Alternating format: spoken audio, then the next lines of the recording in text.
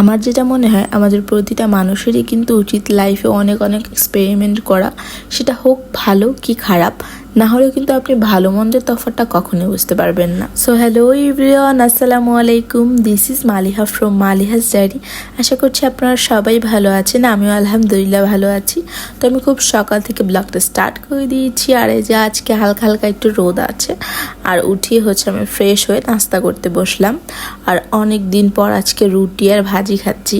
আম্মুর অপারেশনের পর যখন আমরা কালাইয়াতে আসি, তারপর অনেক দিন আর কি রুটি যেহেতু আম্মুই বানায়, আসলে আমি রুটি বানাতে পারি না। তো অন্য কিছু সকালে নাস্তায় বানানোর ট্রাই করলেও রুটিটা হয় না আমার দ্বারা আপাতত। তো সকালে নাস্তায় আর কি অনেক দিন যাবত হচ্ছে তেমনভাবে কিছু বানানো হয় না। দেখা যায় যে আব্বু শুধু সবজি খায়, মানে ডায়েটে আছে আব্বু একটু, তো আব্বু সবজি খায়, আম্মু ভাত খায়, আমি ডিম পোচ বা সামথিং বাইরে থেকে কিছু আনিয়ে খাই। সো এরকম আর কি। সো আম্মুর কয়েকদিন যাবত ইচ্ছে করছিল একটু রুটি ভাজি খাওয়ার জন্য, অনেকদিন খাওয়া হয় না যেহেতু, এই জন্য আম্মু আজকে বানালো। তো যাই হোক, আর এটা হচ্ছে নাস্তা করার পর আমি হচ্ছে আজকে এখন থেকে ভাবছি আমি প্রতিদিন মানে সানস্ক্রিন দেওয়ার ভিডিওটা মাস্ট করব। কারণ যেটা আমি আগের ভিডিওতেও বলেছি, সানস্ক্রিন দিতে আমি একদমই ভুলে যাই, স্পেশালি সকালেরটা। দুপুরেরটা আমি কখনোই ভুলি না, দুপুরেরটা কেন জানি ভুলিই না। তো আমি এখন মাঝে মধ্যে রিয়েলাইজ করি যে কেন ভুলি না। সকালে আসলে অনেক কাজকর্ম ব্যস্ততা থাকে, অনেক বেশি ইদানিং ব্যস্ত থাকি সকালে, দুপুরে তো ওটা থাকা হয় না, যার কারণে। তো বিল্লু হচ্ছে গিয়ে আপাতত পুরোই কি বলে বাচ্চাহীন, সেজন্য ও আপাতত সিঙ্গেল।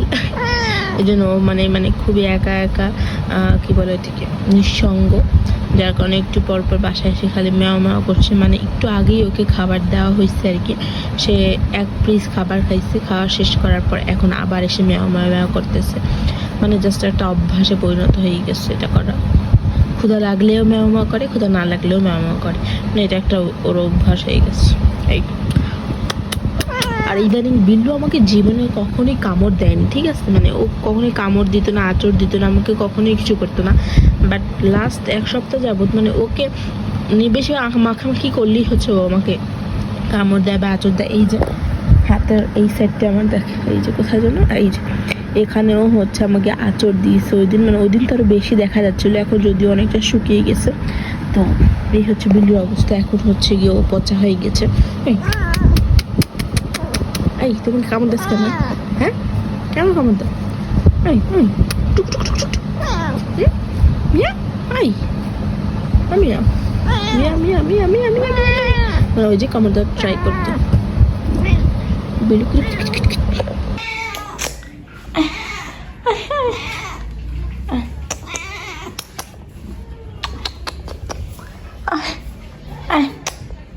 আমি দুপুরে ঘুমাই না ঠিকই, মানে রেস্টও তেমন নেওয়া হয় না। কারণ হচ্ছে কি বিল্লু মানে ও সারাদিন হচ্ছে এখানে ওখানে থাকে, আর দুপুরের সময় এসে মেয়া মেয়া শুরু করে। এই যে মানে আর ওকে নিয়ে আমি ভিডিও করি এখন।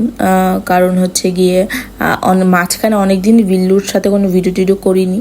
মানে বিল্লুর ভিডিও তো আগে অনেক দিতাম ইউটিউবে, অনেক মানে রেগুলার আমি কিছু দেই না দিই, ওর সাথে ভিডিও দিতাম। আর এই যে দেখেন ওর সাথে আমি কী করতেছি, এগুলাই করি, কিছু করার নেই, দুজনেই বোরিং লাইফ কাটাচ্ছি এই জন্য। যাই হোক, তো এটা হচ্ছে বিকালের দিকে। আজকে ভাবতেছিলাম কি করব। তো হচ্ছে আমি একজনকে দিয়ে পাস্তা আনিয়েছি। আসলে একজনকে দিয়ে বলতে কিছু একটা আনাতে গেলেও মানুষ খুঁজতে হয়, তো খুব কষ্ট করে একজনকে দিয়ে আনিয়েছি, যাই হোক ধরে বেঁধে।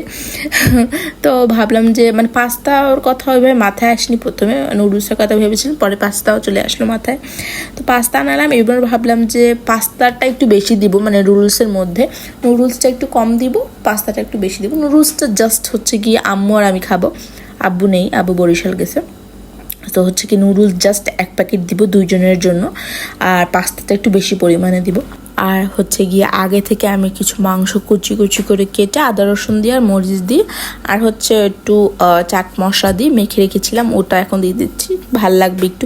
আর মাংস না অল্প, এগুলোর মধ্যে অল্প দিলেও অনেক স্মেল আসে, যার কারণে খেতেও ভাল লাগে। সো অল্প দিলাম, বেশি যেহেতু আম্মু আর আমি শুধু, আর দুজনে বেশি পাস্তা পছন্দ করি, তো একেবারেও কম নেইনি আবার অনেক বেশিও নেইনি, মোটামুটি যেরকম নেওয়া যায়। আর পাস্তা আর নুডলস হচ্ছে গিয়ে আমি সিদ্ধ করে রেখেছিলাম, ওটা এখন মানে পানি দেওয়া ছিল, ওটা এখন ঝরতেছে এরকম আর কি, আর শুকনা হয়ে যাবে, পরে এটার মধ্যে অ্যাড করে দেবো। দেন সয়া সস দিলাম, এগুলো দিয়ে জাস্ট হচ্ছে গিয়ে তো মানে রান্না করতে দেখা যায় কি 5 মিনিট লাগে, বাট হচ্ছে গিয়ে এই যে সব অ্যারেঞ্জ করা, এই যে সিদ্ধ করা, মাংস করা, তারপর মানে মানে এই যে মানে এইটাই ঝামেলা বেশি, এগুলো করতে বেশি টাইম লাগে। সো রান্না করতে আর কতটুকু টাইম লাগে, এই যে দিলাম আর হয়ে গেল মনে হলো। আর আম্মু হচ্ছে একটু মানে বাইরে গিয়েছে বলতে একটু সামনে গিয়েছিল, তো এসে দেখতেছে বলতেছে ও মাই গড এত সুন্দর কালার। বলতেছে হ্যাঁ দেখো কত সুন্দর একটা কালার চলে আসছে, ভালোই লাগতেছিল দেখে সব কিছু। সো লাস্টে হচ্ছে কি আমি আম্মু বলতেছিল যে একটু সস দিয়ে দাও, সস দেওয়ার কথা ভাবিনি, তো আম্মু বললো দাও দেখবা মজা লাগবে। তো পরে খেয়ে দেখি যে না হ্যাঁ সসটা একদম, পরে আমাদের সস তেমন নেওয়া লাগেনি। আর হট যেটা দেখানোর ছিল সেটা হচ্ছে মাস্ট বি।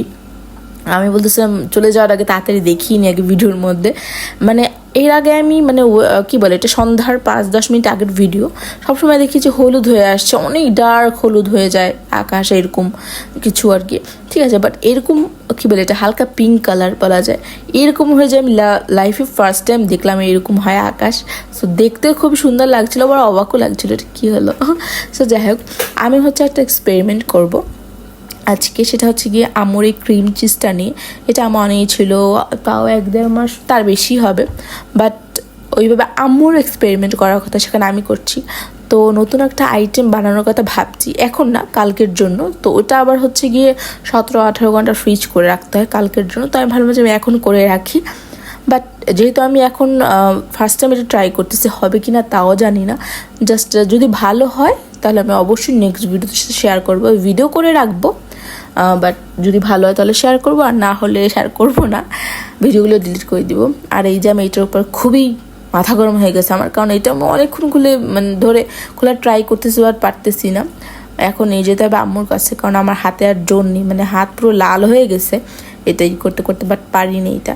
সো যাই হোক এখন আমি খুব এক্সাইটেড এটা এক্সপেরিমেন্ট করার জন্য, যেটা আমি করতে যাচ্ছি এটা ঠিকঠাক হবে কি না, মানে আমার মাথায় জাস্ট এটা আসছে।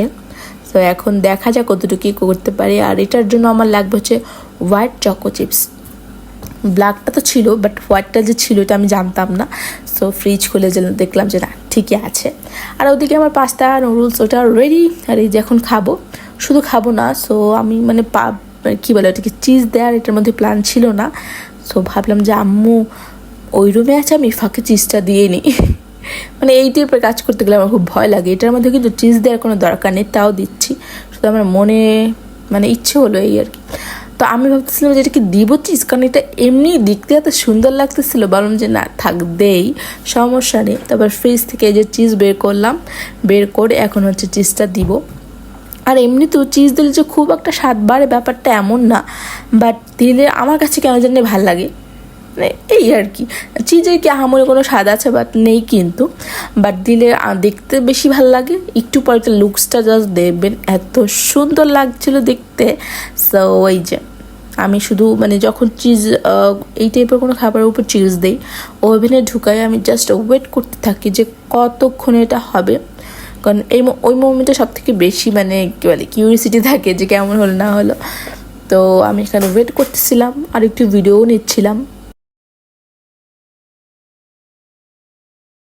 তো এই যে আমাদের পাস্তা অলরেডি রেডি, এই যে দেখতে পাচ্ছেন এটার লুকস, মানে ও মাই গড এটার লুকটা কিন্তু খুবই সুন্দর লাগতেছিল এই মোমেন্টটাতে। আমার মনে হয় যে খুবই সুন্দর লাগছিল দেখতে সব কিছু মিলিয়ে, মানে আমার কাছে মনে হলো মানে ওই টাইমে মনে হচ্ছিলো আমি একটা রেস্টুরেন্ট কেন খুলছি না, এত সুন্দর লাগছে দেখতে, শুধু দেখতেও না খুবই টেস্টি ছিল, খুবই টেস্টি ছিল।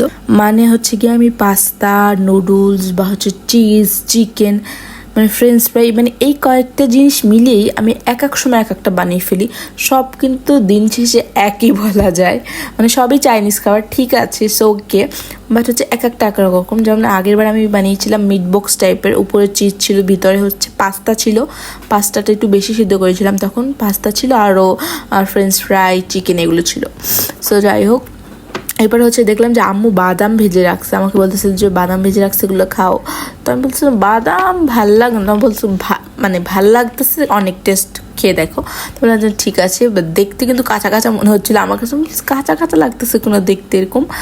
আর এই টাইপের এরকম কাঁচা বাদাম যেগুলো থাকে এগুলো আমার একদমই পছন্দ না, যেগুলো হচ্ছে এরকম ইসের মধ্যে থাকে, বাদামের যে কী বলে ওটা মেইন পার্ট ওটার মধ্যে থাকে, এরকম ছিলে ছিলে খেতে আমার বেশ ভালো লাগে। তো যাই হোক আমি যেটা করি যে অনেক একটা দুইটা করে নিয়ে খাই, আমার ওরকম একটু পছন্দ না। তো যখন খাই এরকম একটা ছিলে একসাথে নেই, তারপর হচ্ছে গিয়ে খেয়ে ফেলি। তো আগে মানে বিকেলবেলা আম্মু এরকম নিয়ে বসতো, আম্মু ছেলে রাখতো আম্মু খাওয়ার জন্য, আর আমি পাশ থেকে নিয়ে চলে যেতাম।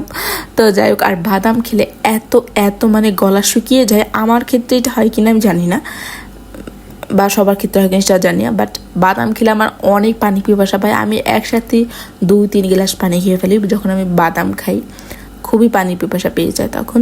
তো যাই হোক, এই তো এখানে হচ্ছে কিছু জামা কাপড় জমা ছিল, মানে রোদে দিয়েছিলাম আজকে, ওগুলো বিকালে এনে যে রাখছি আর মানে করা হয়নি, কী বলে এটাকে, ভাজ করা হয়নি।